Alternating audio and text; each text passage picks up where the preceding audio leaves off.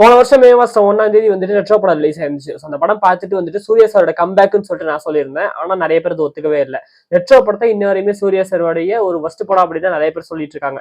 இப்ப ரீசெண்டா மே 1 ஃபர்ஸ்ட் வரும்போது வந்துட்டு ரெட்ரோ படம் 1 இயர் ஆஃப் ரெட்ரோ அப்படிங்கும்போது நிறைய பேர் வந்துட்டு கால் அவுட் பண்ணியிருந்தாங்க. ரெட்ரோ படம் ஆக்சுவலி நல்லா தான் இருந்துச்சு, எங்களுக்கு பிடிச்சிருந்துச்சு, ஆனா நாங்க சொன்னோம் பட் நிறைய பேர் வந்துட்டு அதை பிடிக்கலன்னு சொன்னாங்க அப்படின்னு சொல்லிட்டு நிறைய பேர் இந்த விஷயங்கள்லாம் பண்ணிட்டு இருந்தாங்க. எனக்கு ரொம்ப சந்தோஷமா இருந்துச்சு, நம்ம தனியா இல்ல, எல்லாருக்குமே ரெட்ரோ படம் பிடிச்சிருக்குன்னு சொல்லிட்டு. சோ இப்ப இந்த கருப்பு படம் ரிலீஸ் ஆகிறதுல ஆல்ரெடி பல இஷ்யூஸ் எல்லாம் போய் ரிலீஸ் ஆக வேண்டிய நாள் அன்னைக்கு ரிலீஸ் ஆகாம மறுநாள் தான் ரிலீஸ் ஆச்சு. ஸோ ரிலீஸ் ஆனதுக்கு அப்புறமா இந்த படத்தோட ரிலீஸ்ல நிறைய பேர் வந்துட்டு இதுதான் சூர்யா சாரோட ஆக்சுவல் கம்பேக்ங்கிற மாதிரி சொல்லியிருந்தாங்க. எனக்கு ஒரு டவுட் என்னன்னா, ரெட்ரோ படமே எனக்கு பயங்கரமான படம், அதுதான் ஆக்சுவலா நான் சூர்யா சாரோட கம்பேக்கா நான் பார்த்ததே. ஏன்னா அதுக்கு முன்னாடி பண்ண படங்கள்லாம் நிறைய எனக்கு பிடிக்காமே இருந்துச்சு, சில படங்கள் ஓடாமையும் போயிருந்துச்சு, அதுல பிரச்சனைகள்ங்கிறது இருக்கு, அதெல்லாம் வாங்கிட்டு வச்சிருவோம். பட் ரெட்ரோ தான் ஒரு கம்பேக்கா நான் பார்த்தேன். அப்படி இருக்கும்போது இந்த கருப்பு கம்பேக்னு எல்லாரும் சொல்றாங்க அப்படின்னா, ரெட்ரோ விடவும் இந்த கருப்பு நல்லா இருக்கா அப்படிங்கிற ஒரு கேள்விங்கிறது எனக்கு வந்துச்சு. ஸோ அதை அந்த படத்துல வந்துட்டு நான் பார்த்துடலாம் அப்படின்னு சொல்லிட்டு தியேட்டர்ல போய் உட்காந்தேன். ஸோ உண்மையிலே ரெட்ரோ விட இந்த படம் பயங்கரமா இருக்காங்க இந்த வீடியோல பார்க்கலாம். So hello cine fans and Sundararajan, let's get into the first impression of Karuppu. Talk to me, numbers never lie, add it up, that's me.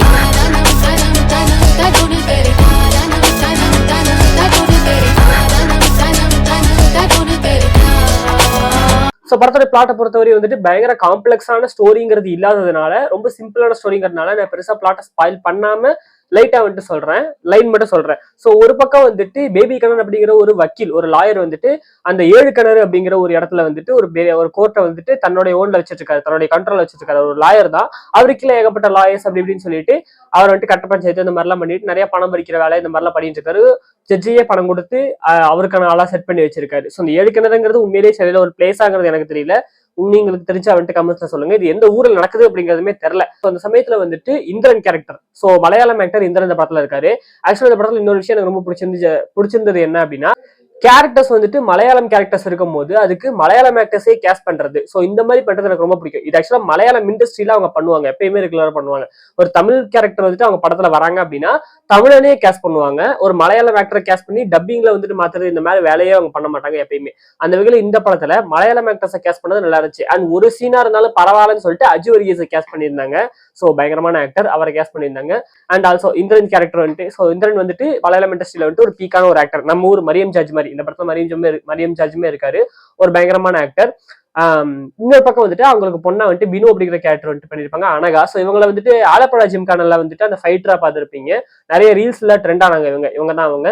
So இந்த 2 கேரக்டர்ஸ் இருக்காங்க. இவங்க வந்துட்டு ஒரு விஷயத்துல பாதிக்கப்பட்டு அதுக்காக வந்துட்டு நியாயம் கேட்கறதுக்காக கோர்ட்டுக்கு வராங்க. ஒரு மலையாளிஸ் தான், இப்போதைக்கு வந்துட்டு தமிழ்நாட்டுக்கு ஒரு வேலையா வந்து அங்க ஒரு விஷயம் நடந்து கோர்ட்டுக்கு வராங்க. அண்ட் அந்த பிளாட் லைன்ல இருந்து லீட் ஆகி அவங்களுக்கு அநியாயங்கிறது நடக்கும்போது அவங்க வந்துட்டு கருப்புசாமி கிட்ட வேண்டி இந்த கருப்புசாமிங்கிற இறங்கி வருது, அவங்களுக்கு ஹெல்ப் பண்ண வருது அப்படிங்கறது தான் பிளாட்டா வச்சிருக்காங்க.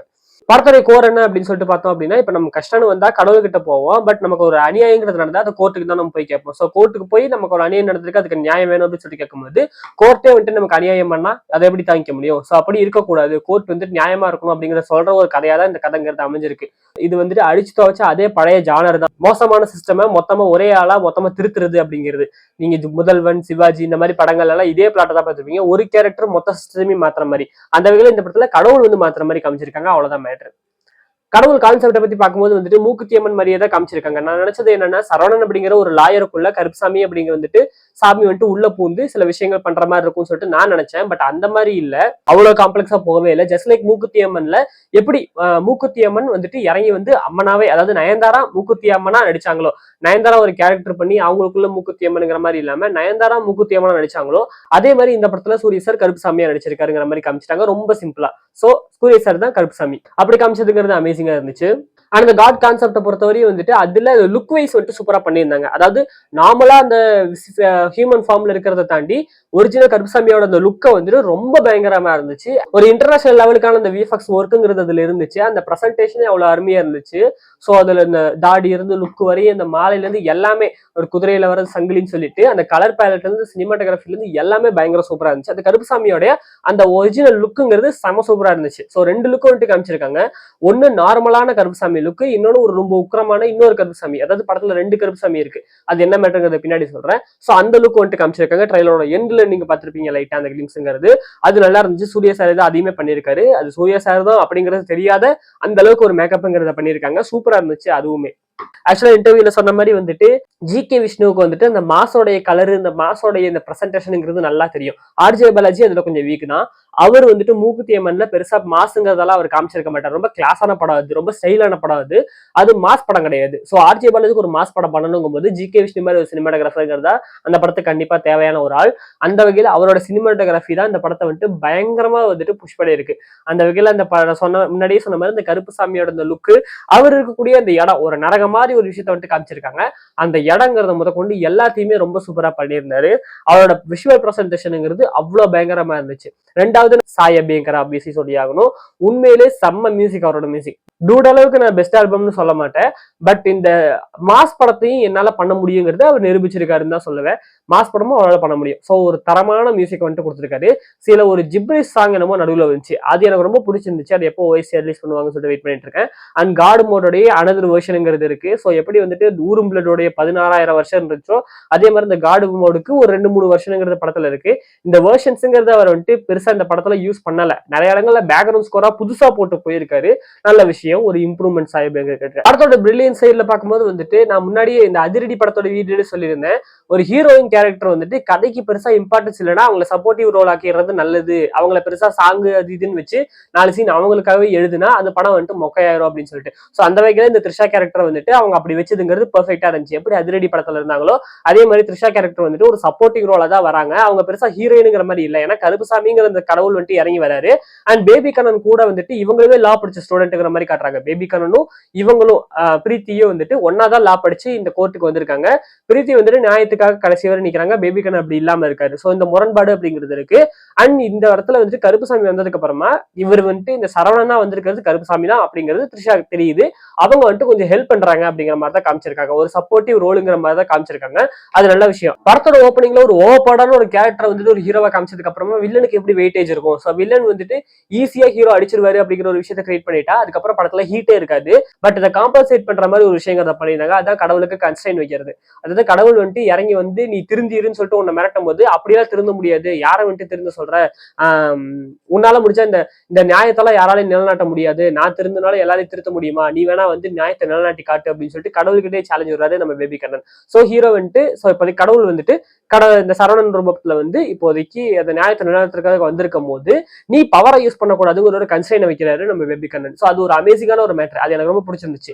நீ பவரை யூஸ் பண்ணி ஈஸியா வந்துட்டு ஜெயிக்க கூடாது, நீ வந்துட்டு நேர்மையா தான் ஜெயிக்கணும், அப்படி ஜெயிச்சிட்டேன் அப்படின்னா நான் வந்துட்டு திரும்பிடுறேன் அப்படிங்கிற மாதிரி தான் சொல்லுவாரு. சோ அந்த விஷயம் ரொம்ப பிரில்லியண்டா இருந்துச்சு. பட் அது படம் ஃபுல்லா கொண்டு போயிருக்கலாம், ஃபர்ஸ்ட் ஹாஃப் மட்டும் வச்சுட்டாங்க. It's okay. அண்ட் பார்டர் லைனுங்கிற ஒரு விஷயத்தை வந்துட்டு காமிச்சிருந்தாங்க. அதாவது இந்த கருப்புசாமிக்கு வந்துட்டு 2 விதமான கருப்புசாமி இந்த படத்துல வந்துட்டு காட்டுறாங்க. ஒன்னு வேட்டக்கருப்பு, இன்னொன்னு வந்துட்டு காவக்கருப்பு. சோ இந்த வேட்டக்கருப்பு அப்படிங்கிறது ஒரு குறிப்பிட்ட எல்லைக்குள்ளதான் அவரோட இந்த காவலுங்கிறது இருக்கு. சோ இந்த குறிப்பிட்ட எல்லைக்குள்ளதான் இந்த கோர்ட்டும் இருக்குதுங்கிறதுனால இந்த இடத்துக்குள்ள இருக்கிற இந்த இடத்துல மட்டும்தான் அவருடைய பவருங்கிறது யூஸ் ஆகுங்கிற மாதிரி காமிச்சிருக்காங்க. இந்த எல்லையை தாண்டி அந்த கடவுளால போயிட்டு வர முடியும், ஆனா வெளியே போனா பவர் இருக்காதுங்கிற ஒரு விஷயத்தை காமிச்சிருந்தாங்க. அது இன்னொரு மைனஸ் பாயிண்டா அது ஒரு வீக்னஸ் மாதிரி. அதாவது என்னதான் கடவுளா இருந்தாலும் ஒரு சூப்பர் ஹீரோ படம் அப்படின்னு சொல்லிட்டு நம்ம ஒரு எக்ஸாம்பிளுக்கு எடுத்துக்கிட்டோம் அப்படின்னா அதுக்கு சில கன்ஸ்ட்ரெயின்ஸ்ங்கிறது இருக்கும். என்னதான் சூப்பர் ஹீரோவா இருந்தாலும் சில நெகட்டிவ் பாயிண்ட்ஸ் அவங்களுக்குன்னு சொல்லி வீக்னஸ்ங்கிறது இருக்கும். சூப்பர்மேனுக்கு அந்த கிரிப்டோனைட்டுங்கிற அந்த ஒரு எலமெண்ட் வந்துட்டு அவருக்கு ஒரு வீக்னஸா இருக்கும் அந்த மாதிரி. சோ அந்த வகையில வந்துட்டு இவருக்கு அந்த எல்லையை தாண்டி வெளியே போன பவர் இருக்காது அப்படின்னு சொல்றது வந்துட்டு ஒரு வீக்னஸா வச்சிருந்தது அருமையா இருந்துச்சு. அண்ட் ஆல்சோ வந்துட்டு அந்த எல்லையை தாண்டியுமே போனதுக்கு அப்புறமா ஒரு விஷயங்கிறது நடக்கும்போது அங்க இன்னொரு கருப்பு சாமி வருது. சோ அங்க வேட்டை கருப்பை தாண்டி காவக்கருப்புங்கிற இன்னொரு கருப்பு வருது அப்படிங்கிற மாதிரி காமிச்சிருந்தாங்க. அதுவுமே சூர்யா சார் தான் அப்படிங்கிற மாதிரி. அதாவது 2 பேருமே ஒரே ஆள் கிடையாது, 2 பேருமே வெவ்வேறு கருப்பு சாமி. ஆனா நம்ம பார்க்கும் போது ஒரே ஆள் நடிச்சிருக்காரு. சூர்யா சாரோட அந்த உருவத்திலேயே இருக்குதுங்கிற மாதிரி நம்ம கன்சிடர் பண்ணிக்கலாம். 2 டிஃபரெண்ட் கேரக்டர்ஸ், 2 ரோலுங்கிற மாதிரி கூட நம்ம கன்சிடர் பண்ணிக்கலாம். சூர்யா சார் வேட்டை கருப்பாவும் நடிச்சிருக்காரு, காவக்கருப்பாவும் நடிச்சிருக்காருன்னு சொல்லிட்டு கிளைமேக்ஸா இன்னொரு கருப்பு சாமியும் காமிச்சிருக்காங்க. ஆர்ஜே பாலாஜி தன்னைத்தானே ஒரு வில்லனா பயங்கரமா புஷ் பண்ணிருக்காரு. சோ அந்த விஷயம் ரொம்ப நல்லா இருந்துச்சு. படத்தோட செகண்ட் ஹாஃப்ல தான் அவரோட இந்த வில்லனிசம்ங்கிறத பீக்கே இருக்கு. ஏன்னா ஃபர்ஸ்ட் ஹாஃப்ல வந்துட்டு ரொம்ப ஒரு நான் ஈஸியா தட்டி விட்டுறலாம் உன்னையெல்லாம் அப்படிங்கிற மாதிரி தான் இருக்காரு. கடவுளே வந்தாலும் கூட உன்னை நான் ஈஸியா சமாளிச்சிருவேங்கிற ஒரு இதோட தான் இருக்காரு. பட் செகண்ட் ஹாஃப்ல எல்லாமே கைமீறி போனதுக்கு அப்புறமா தான் ரொம்ப பயங்கரமா இறங்கி சம்பவம் செய்யற அளவுக்கு வந்துட்டு ரொம்ப ஒரு தன்னைத்தானே புஷ் பண்ணிக்கிறாருன்னு சொல்லிட்டு சொல்லுவேன். இவ்வளவு மோசமான ரோல்ல வந்துட்டு ஆர்ஜே பாலாஜி நடிக்கிறதுங்கும் போது வந்துட்டு இவ்வளவு நாளுமே ஆர்ஜே பாலாஜியை வந்துட்டு ரொம்ப கைண்டா பார்த்து அந்த கூட இருக்கிறவங்க அவரோட ஃப்ரெண்ட்ஸ் ஆடியன்ஸ் சொல்லிட்டு சொல்லிட்டு அவங்க எல்லாத்துக்குமே ஒரு பேட் இம்ப்ரெஷனுங்கிறது வரலாம். அதையும் மீறி வந்துட்டு தன்னைத்தானே ஒரு ஆக்டரா புஷ் பண்ணணும்னு சொல்லிட்டு அவர் நினைக்கிறதுங்கிறத நான் கண்டிப்பா பாராட்டுறேன். அந்த வகையில அவரோட ஆக்டிங்கும் சூப்பரா இருந்துச்சு. அவருக்கு அவரே எழுதிக்கிட்ட இந்த கேரக்டருமே அமேசிங்கா இருந்துச்சு. செகண்ட் ஹாஃப்ல அந்த ஒரு புஷ் ஒரு பவர்ஃபுல் அது எல்லாத்தையுமே அவரோட ஆக்டிங்ல சூப்பரா காமிச்சிருந்தாரு. அது உண்மையிலே அமேசிங்கா இருந்துச்சு. படத்தோட பிளண்டர்ஸ் அதாவது சில நெகட்டிவ்ஸ்மே இருக்கு. படத்தோட செகண்ட் ஹாஃப்ல படத்தோட ஃபர்ஸ்ட் ஹாஃப் முழுக்க டிராமால தான் நகருது. கிட்டத்தட்ட சூர்யா சாரே வந்துட்டு அரை மணி நேரம் கழிச்சு தான் வராரு. சோ அதுக்கப்புறமா அவருடைய சீன்ஸ்ங்கிறது இருக்குது. அதுக்கப்புறம் இன்டர்மிஷன்ங்கிற மாதிரி முடியறாங்க. சோ இந்த செகண்ட் ஹாஃப் அப்படிங்கிறதுல வந்துட்டு ஃபர்ஸ்ட் எடுத்தோடனே இந்த காட் மோட் சாங்க்கு தான் போறாங்க. ஃபர்ஸ்ட் ஒரு விஷயம் நடக்குது, அப்புறம் இந்த காட் மோட் சாங்ங்கிறது ஒண்ணு நடக்குது. அதுக்கப்புறம் ராத்திராசன் சாங் வருது. அதுக்கப்புறமா தான் கான்ஃபிளிக்ட் குள்ளேயே போறாங்க. சோ இவ்வளவு பெரிய ஒரு கேப்புங்கிறது இருக்கு. இந்த ஒரு விஷயம் நடந்ததுக்கு அப்புறம் காட் மோட் சாங்க்கு அப்புறம் டைரக்டா கான்ஃபிளிக்ட்டுக்கு போயிருந்தாங்க அப்படின்னா ஒரு பெர்ஃபெக்டான ஃப்ளோ இருந்திருக்கும். இது முடிஞ்சதுக்கு அப்புறம் மறுபடியும் ராத்திராசன் சாங் வந்ததுங்கிறது வந்துட்டு ஒரு லேகுங்கிறத கிரியேட் பண்ணுச்சு. சோ சொன்னதே சொல்லக்கூடாது, ரிப்பீட்டடான விஷயங்கள் காட்டக்கூடாது, அந்த மாதிரிலாம் சொல்லுவாங்கல்ல ரைட்டிங்ல. அந்த வகையில இந்த ராத்திராசன் சாங் வந்துட்டு எனக்கு ரொம்ப தேவையில்லைங்கிற மாதிரி ஃபீல் ஆச்சு. ஆக்சுவலா நாங்க 4 பேரை வந்துட்டு தூக்கிட்டாங்க படத்துல. 2 லைன் மட்டும் தான் வரும். அண்ட் ஆல்சோ வேற இடத்துல பேக்ரவுண்ட் ஸ்கோரா யூஸ் பண்ணிருப்பாங்க. பட் அந்த பாட்டை கூட வச்சிருக்கலாம். ஏன்னா அந்த இடத்துல ஃப்ளோ நல்லா இருந்துச்சு. ஏன்னா ஒரு எமோஷன் டிராமா அப்படின்னு சொல்லிட்டு அந்த எமோஷனலே போயிட்டு இருக்கும் போது இந்த நாங்க 4 பேர் சாங் வந்துட்டு ஒரு டான்ஸ் அப்படிங்கிற மாதிரி போய் அதுக்கப்புறமா சுரேஷரோட என்ட்ரிங்கிறது நல்லா இருந்திருக்கும். அந்த ஃப்ளோ பெர்ஃபெக்டா இருந்திருக்கும். ஆக்சுவலா நாங்க 4 பேரை அவங்க பிளேஸ் பண்ணிருக்கலாம். ராத்திராசன் அவங்க தூக்கி இருக்கலாம். சோ ராத்திராசன் அவங்க பேக்ரவுண்ட் ஸ்கோரா யூஸ் பண்ணிருக்கலாம். அதை தாண்டி ஒரு முக்கியமான பாயிண்ட் வந்துட்டு இது நெகட்டிவ்னு நான் சொல்ல மாட்டேன். இது வந்துட்டு ஒரு சஜஷன் சொல்லுவேன். என்ன மேட்டர் அப்படின்னா இந்த வீரதீர சூரன் படத்தோட டைரக்டர் வந்துட்டு அருண்குமார் அவர் ஒரு விஷயம் சொல்லியிருப்பாரு.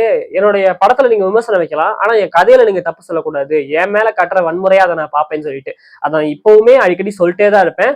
அதை நான் ஆமோதிக்கிறேன் தான். பட் அதுல வந்துட்டு ஒரு சின்ன சஜஷனுங்கிற மாதிரி தான் இப்ப நான் கொடுக்குறேன். சோ இது இப்பவும் இந்த வீடியோல இருந்து இதுக்கப்புறம் நான் போடக்கூடிய நிறைய ரிவ்யூஸ்ல மேபி வந்துட்டு அந்த டைரக்டரோடைய அந்த விஷயம்ல அந்த கதையில எனக்கு தான் ஒரு சஜஷன் இருந்துச்சு அப்படின்னா இது இப்படி காமிச்சதுக்கு பதிலா இந்த மாதிரி காமிச்சிருந்தா இன்னும் பெட்டரா இருக்குங்கிற ஒரு ஃபீலுங்கிறது எனக்கு இருந்துச்சுன்னா என்னோட பர்சனல் ஒப்பீனியன் நான் சொல்ல போறேன். ஸோ இதை இப்படிதான் பண்ணிருக்கணும் அப்படின்னு நான் சொல்ல கிடையாது. பட் இப்படி பண்ணலாம் அப்படிங்கிற ஒரு ஐடியா மட்டும் சொல்றேன். சோ என்ன மேட்டர் அப்படின்னா இந்த படத்தோடைய இன்டர்மிஷன் இந்த படத்தோடைய ஸ்டார்டிங்ல வந்துட்டு நான் ஆல்ரெடி சொன்ன மாதிரி அந்த கன்ஸ்ட்ரெயின் இந்த சூப்பர் பவரை யூஸ் பண்ண கூடாதுங்கிற ஒரு கன்ஸ்ட்ரெயின் வந்து சொல்லியிருப்பாரு RJ Balaji. So baby Karan. So அதுதான் அந்த செகண்ட் ஹாஃப் அந்த ஃபர்ஸ்ட் ஹாஃப் ஃபுல்லுமே ஹோல்ட் ஆயிட்டு இருக்கும். சோ சரவணனா அந்த லாயரா மட்டுமே தான் அவர் ஆக்ட் ஆகிட்டு இருப்பாரு அந்த கருப்புசாமி கேரக்டர். செகண்ட் ஹாஃப்ல வந்துட்டு மொத்தமா அதெல்லாம் தூக்கி போட்டு கடவுளா தான் இருப்பாரு, கடவுளோட தான் இதாயிட்டு இருப்பாரு. சோ அந்த நான் சொன்னேன் இல்லையா அந்த ராத்திராசன் சாங் அதுக்கப்புறம் அந்த கொஞ்சம் போர்ஷன் வரையும் அந்த ஓவர்பவர்ங்கிற ஃபீலுங்கிறது இருக்கும். அதுக்கப்புறமா அந்த எல்லையை தாண்டி பவருங்கிறது ஒர்க் ஆகாதுங்கிற வந்ததுக்கு அப்புறமா தான் இந்த விஷயங்கிறது வந்திருக்கும். எனக்கு தெரிஞ்சு இந்த பவரை கோர்ட் ரூம்ல யூஸ் பண்ண கூடாதுங்கிறத அவங்க படத்து உள்ள இன்னுமே கண்டினியூ பண்ணிருக்கலாம்னு சொல்லிட்டு நினைக்கிறேன். கோர்ட்டுக்கு வந்தீங்கன்னா நீ பவரை யூஸ் பண்ண கூடாதுங்கிற மாதிரி அதை லைட்டா சேஞ்ச் பண்ணியிருந்தாங்கன்னா இன்னும் சூப்பரா இருந்துச்சு. வெளியே ஃபைட் பண்ணும்போது என்ன ஆனாலும் அது வேற மேட்ரு. கோர்ட்ல அதை ஒரு ப்ராப்பர் கோர்ட் ரூம் டிராமாவா பில்ட் பண்ணியிருந்தாங்கன்னா நல்லா இருக்கும். ஏன்னா இந்த படம் வந்துட்டு கோர்ட் ரூம் டிராமாவே கிடையாது. கோர்ட்டை பத்தி நடக்குது ஒரு கதை, நியாயத்தை பத்தி பேசுறாங்க, அவ்வளவுதானே தவிர கோர்ட் ரூம் டிராமாவுக்கான எந்த விஷயத்தையுமே இந்த படத்துல அவங்க யூஸே பண்ணல. அதுல நிறைய ஸ்கோப்புங்கிறது இருக்கு. ஒரு கடவுளே இறங்கி வந்து நியாயத்துக்காக வாதாடுறாருங்கிற மாதிரி காமிச்சிருந்தாங்க அப்படின்னா அது இன்னும் பயங்கரமா இருந்திருக்கும். எனக்கு தெரிஞ்சு இந்த பவர் இந்த சூப்பர் பவர் இந்த கடவுளுங்கிற விஷயத்த வந்துட்டு செகண்ட் ஹாஃப்ல அவங்க பேக்ரவுண்ட்ல வச்சுக்கிட்டு ஃப்ரண்ட்ல இந்த கோர்ட் ரூம் டிராமா புஷ் பண்ணிருக்கலாம். லைக் மூக்குத்தி அம்மன்ல எப்படி அம்மன் வந்துட்டு பேக்ரவுண்ட்ல இருந்துட்டு ஆர்ஜே பாலாஜியை புஷ் பண்ணி எல்லா வேலையும் அவனை வச்சு செய்ய வச்சாங்களோ அதே மாதிரி பண்ணிருக்கலாம். அது இன்னுமே இன்டெலக்சுவலா இந்த படத்தை வந்துட்டு கொண்டு போயிருக்கும். சோ அதனாலதான் வந்துட்டு எனக்கு மூக்குத்தி அம்மன் இந்த படத்தை விட நான் பெட்டரா பாக்குறேன். சோ என்ன பொறுத்த வரைக்கும் கருப்பு இஸ் நாட் பிகர் தென் மூக்குத்தி அம்மன். ஒரு டைரக்டர் வந்துட்டு ஒரு ஜானர்ல ஒரு படம் பண்றாருன்னா அதே ஜானர்ல அவர் ரெண்டாவது ஒரு படம் பண்ணும்போது அந்த படத்தை விட பெட்டரா தான் பண்ணணும். அதை விட பார் கம்மி ஆகக்கூடாது. அந்த வகையில மூக்குத்தி அம்மன் விட இந்த படத்தோடைய பாருங்கிறது கம்மி ஆயிடுச்சு. சோ அது வந்துட்டு எனக்கு ஒரு சின்ன வருத்தம். சோ அந்த வகையில மூக்குத்தி அம்மன் தான் எனக்கு பெஸ்ட் படம். சோ அதை வந்துட்டு இவங்க இந்த ஒரு ஆங்கிள் கொண்டு போயிருந்தாங்க அப்படின்னா இப்ப நீங்க இந்த படத்தை பார்த்திருக்கீங்கல்ல, இந்த படத்தோடைய செகண்ட் ஹாஃப்ங்கிறது இப்படி இருக்குல்ல, இது இருந்திருக்காது. மொத்தமா வேற ஒரு படமா அது மாறி இருக்கும். சோ வேற ஒரு கதையா அது போயிருக்கும். பட் அந்த ஜானர்ல பண்ணியிருந்தாங்க அப்படின்னா இன்னும் பயங்கரமான ஒரு படமா அமைஞ்சிருக்கும் தான் சொல்றேன். பட் இது தப்பு அப்படிங்கிற மாதிரி நான் சொல்ல இப்ப பண்ணிருக்கிறது. இது உண்மையிலேயே சூப்பரா இருக்கு, மாசா இருக்கு, சூப்பரா இருக்கு, கிளாஸா இருக்கு, பார்த்து ரசிங்க அப்படிங்கறத சொல்றேன். சோ ஓவராலா ஒரு தரமான படம். சோ கண்டிப்பா தியேட்டர்ல பார்க்க வேண்டிய படம் தான். இந்த படத்தோட ஃபர்ஸ்ட் ஹாஃப் நான் பார்த்துட்டு இருக்கும்போது வந்துட்டு இந்த படம் ஓடிடிலயும் ஒர்க் ஆகக்கூடிய ஒரு படம் அப்படிங்கிற மாதிரி தான் நினைச்சேன். பட் செகண்ட் ஹாஃப் பார்த்ததுக்கு அப்புறம் இல்ல அது ஒர்க் ஆகாது, செகண்ட் ஹாஃப்ல இது வந்துட்டு ஓடிடிக்கு ஒர்க் ஆகாதுங்கிறது எனக்கு புரிஞ்சுது. நான் சொன்ன மாதிரி அந்த இன்டெலக்சுவல் திங்குங்கிறது இல்லாதனால படம் ஃபுல்லா அந்த சவுண்ட் தான் பேசிக்கா இருக்குங்கும் போது படம் வந்துட்டு செகண்ட் ஹாஃப் டிராக் ஆகுதுங்கும் போது இந்த ஓடிடியில இந்த படம் பெருசா ஒர்க் ஆகிறதுக்கான வாய்ப்புகள் குறைவு.